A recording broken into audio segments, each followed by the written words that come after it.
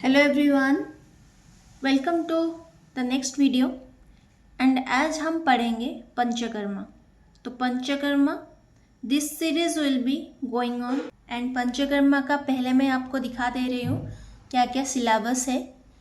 तो पंचकर्मा का जो सिलेबस है, पहला चैप्टर इंट्रोडक्शन में, उसके बाद स्नेहन, स्वेदन, वमन, विरेचन, बस्ती, नस्य, रक्तमोक्षण और फिजियोथेरेपी।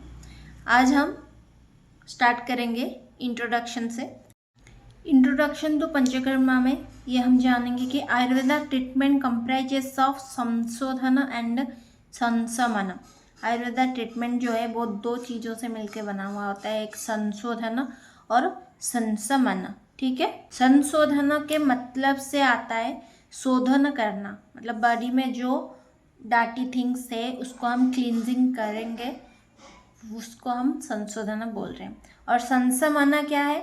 अगर संशोधन के बाद बॉडी में जो भी डेड थिंग्स था उसको हम क्लींजिंग करने के बाद जो भी कुछ बॉडी में बच गया वो रहता है हमारा शुद्ध बॉडी।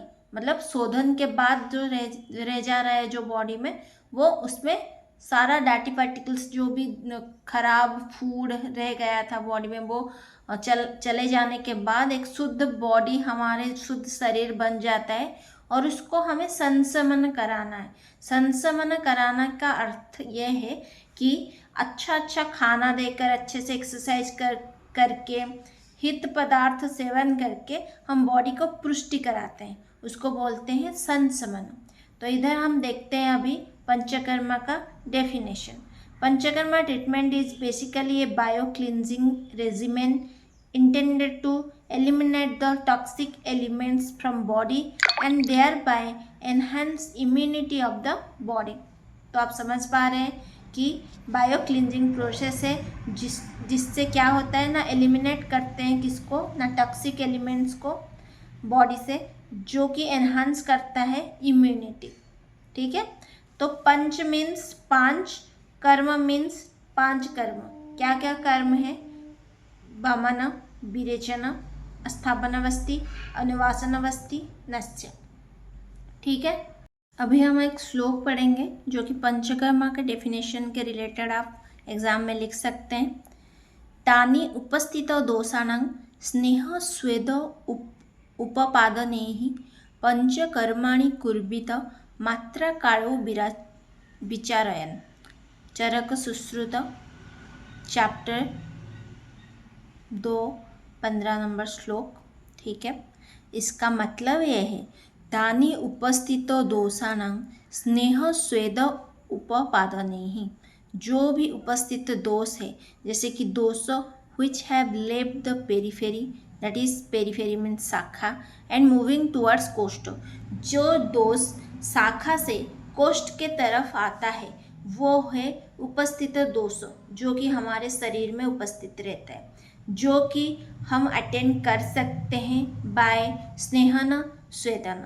ठीक है, उसके बाद पंचकर्माणि कुर्वीत मात्रा कालो विचारयन।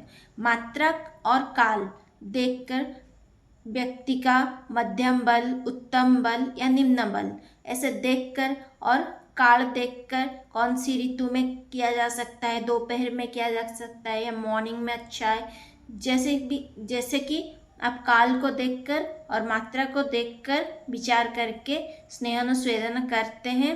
और उससे क्या होता है, बॉडी में जो उपस्थित दोष है वो शाखा से कोष्ठ तक आ जाता है, और कोष्ठ से आराम से हम दोषों को निकाल सकते हैं बाय विरेचन और बस्ती। ठीक है, तो यहाँ पे वही लिखा गया है, उपस्थित दोषावस्था अटेन्स बाय स्नेहन और स्वेदन and panchakarma should be done by considering proper मात्रा एंड काला।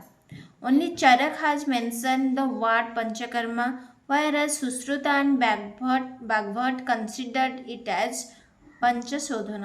तो चरक ने सिर्फ पंचकर्मा बताए हैं और सुश्रुत भागवत क्या बोले हैं? पंचशोधन। ठीक है, नेक्स्ट आते हैं दोषानुसार शोधन। कौन सी दोष होने से हम कौन सी पंचकर्मा कराएंगे, पंचकर्मा में से कौन सी क्रिया कराएंगे वो हम अभी पढ़ेंगे। तो बमन कब कराएंगे? जब बॉडी में श्लेष्म निहरणार्थ, श्लेष्म को बॉडी से शरीर से निकालने में हम बमन कर्म करेंगे। ठीक है। जब शरीर में पित्त दोष वृद्धि हो जाता है तो विरेचन करवाते हैं, वात दोष वृद्धि होने से बस्ती कर्म करवाते हैं। रक्त शोधनार्थ, जब रक्त दूषित हो जाता है, रक्त मोक्षण कैसे करते हैं? ब्लड लेटिंग, रक्त मोक्षण से। ठीक है। नेक्स्ट हम पढ़ेंगे पंचकर्म। आज ऋतुचार्य, कौन सी ऋतु में कौन सा पंचकर्म करना चाहिए वो अभी हम पढ़ेंगे। हेमंत ऋतु, जो हेमंत ऋतु है वो कौन से मंथ को लेकर बना हुआ है? मार्गशीर एवं पौष। तो हेमंत ऋतु में, जो कि हेमंत ऋतु में हम अभ्यंग कर सकते हैं, उत्सर्जन कर सकते हैं और मृदिनी तैल का शेक ले सकते हैं या फिर मृदिनी तैल को कर्ण में डाल सकते हैं। जंतक स्वेद कर सकते हैं। उष्ण सदन मीन्स एक गर्भगृह में, जो कि घर के अंदर जहाँ पर ज़्यादा हवा आता जाता ना हो वैसे गृह में रह सकते हैं। आतप स्वेद ले सकते हैं। ठीक है। तो जो हेमंत ऋतु है वो मुख्यतः श्लेष्म वर्धक ऋतु है, तो हम ये सब कर सकते हैं श्लेष्म को कम करने के लिए। नेक्स्ट हम पढ़ेंगे बसंत ऋतु। बसंत ऋतु चैत्र एवं वैशाख महीने को मंथ को लेकर बना हुआ होता है। ठीक है। बसंत ऋतु में कफ प्रकोप ज़्यादा रहता है, तो कफ प्रकोप रहने से हम बमन कार्य करते हैं, पंचकर्मा की बमन कार्य हम कर सकते हैं। और पित्त संसृष्ट कफ जो होता है, कफ को अगर पित्त घेरा हुआ रहता है तो विरेचन करके हम पित्त को पहले निकाल देते हैं, उसके बाद जो कफ अंदर रह जाता है उसको हम बमन से फिर से निकाल सकते हैं। ठीक है। उसके बाद आता है शरद ऋतु। शरद ऋतु अश्विन एवं कार्तिक को लेकर बना हुआ होता है, तो शरद ऋतु में भी पित्त प्रकोप ज़्यादा रहता है। ओके। तो तिक्त घृत पान कर सकते हैं और पित्त के लिए हम पहले से पढ़े हैं विरेचन करते हैं। और पित्त प्रकोप में ज़्यादातर रक्त मोक्षण भी किया जाता है, जैसे कि पित्त है रक्त से रिलेटेड, तो पित्त अगर प्रकोप होता है तो रक्त भी दूषित होने का संभावना रहता है, तो रक्त दूषित होने से रक्त मोक्षण हम कर सकते हैं। उसके बाद आता है शिशिर ऋतु। शिशिर ऋतु में माघ और फाल्गुन 2 माह को लेकर शिशिर ऋतु बना हुआ है। ठीक है। तो शिशिर ऋतु जो है वो प्रोसीडियर्स एज हेमंत। तो हेमंत में भी थोड़ा मतलब श्लेष्म वर्धक टाइप का क्लाइमेट रहता है और शिशिर में भी वही रहता है। तो हेमंत में जैसे हम प्रोसीजर किए थे, जैसे कि अभ्यंग, सदन, मूर्धन्य तैल, जंतक स्वेद, उष्ण सदन, आतप स्वेद, वैसे ही शिशिर ऋतु में हम कर सकते हैं। ठीक है। उसके बाद आता है वर्षा ऋतु। वर्षा ऋतु कौन कौन से माह का लेकर बना हुआ है? न श्रावण और भाद्रव, 2 माह का लेकर वर्षा ऋतु बना हुआ है। ठीक है। उसके बाद वर्षा में हम क्या करेंगे? वर्षा में हम करेंगे बस्ती। वर्षा में वात प्रकोप रहता है और वात प्रकोप को नियंत्रण करने के लिए हम बस्ती कार्य को करते हैं। ठीक है। उसके बाद हम पढ़ेंगे इम्पोर्टेंस ऑफ पंचकर्मा। पंचकर्मा का क्या क्या इम्पोर्टेंस है? तो पंचकर्मा इन स्वास्थ्य में हम पंचकर्मा को यूज़ कर सकते हैं, जैसे कि स्वास्थ्य में अगर वात दोष, पित्त दोष, कफ दोष कुछ भी वृद्धि हो जाता है, उसको नियंत्रण करने के लिए, उसको समावस्था में लाने के लिए हम पंचकर्मा करते हैं। ठीक है। उसके बाद रसायनादि असाधारण गुण प्राप्ति। तो जो रसायन के असाधारण गुण प्राप्ति कैसे हम पंचकर्मा से कर सकते हैं, मैं आपको पहले बताई हूँ कि संशोधन क्या होता है, मैं पहले बताई हूँ कि संशोधन अगर हो जाता है बॉडी में तो सारा का सारा जो खराब पदार्थ है बॉडी में, जो भी दोष है वो निकल जाता है। तो वो निकल जाने से क्या होता है, जो बाहर से हम अगर अच्छा खाना या अच्छा औषधि, रसायन, बाजीकरण औषधि हम देंगे उस पेशेंट को, तो वो अच्छे से ग्रहण कर सकता है, ऑब्जर्व हो सकता है बॉडी में अच्छे से।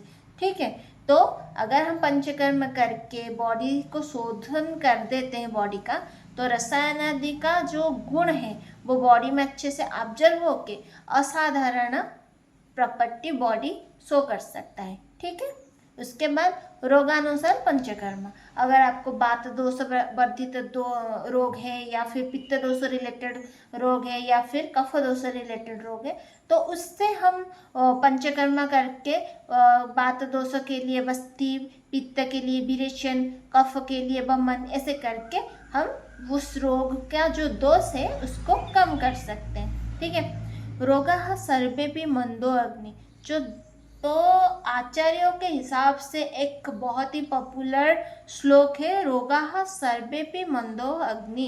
इसका अर्थ ये है कि जो भी दुनिया में रोग है, रोग व्याप्त हो रहा है, सारे रोग कहाँ से शुरू होते हैं, मंदो अग्नि से। अगर हमारा अग्नि मंद है तो वहाँ से बहुत सारे रोगों की उत्पत्ति प्रारंभ होती है। ठीक है, सो वंस कोष्ठो बिकेम क्लीन आफ्टर शोधन, तो अग्नि वृद्धि हो जाता है अपने आप। ठीक है, तो अगर हमारा जो कोष्ठ है वो अगर शुद्ध हो जाता है तो वाय पंचकर्मा, तो अग्नि अपने आप वृद्धि हो जाता है। अग्नि वृद्धि होने से क्या होता है, रोग उत्पत्ति नहीं होता है। ठीक है, तो आज के वीडियो में इतना ही। नेक्स्ट वीडियो में हम इसका नेक्स्ट पार्ट पढ़ेंगे, त्रिविध कर्म, पूर्व कर्म, पश्चात कर्म और प्रधान कर्म। ठीक है, ओके।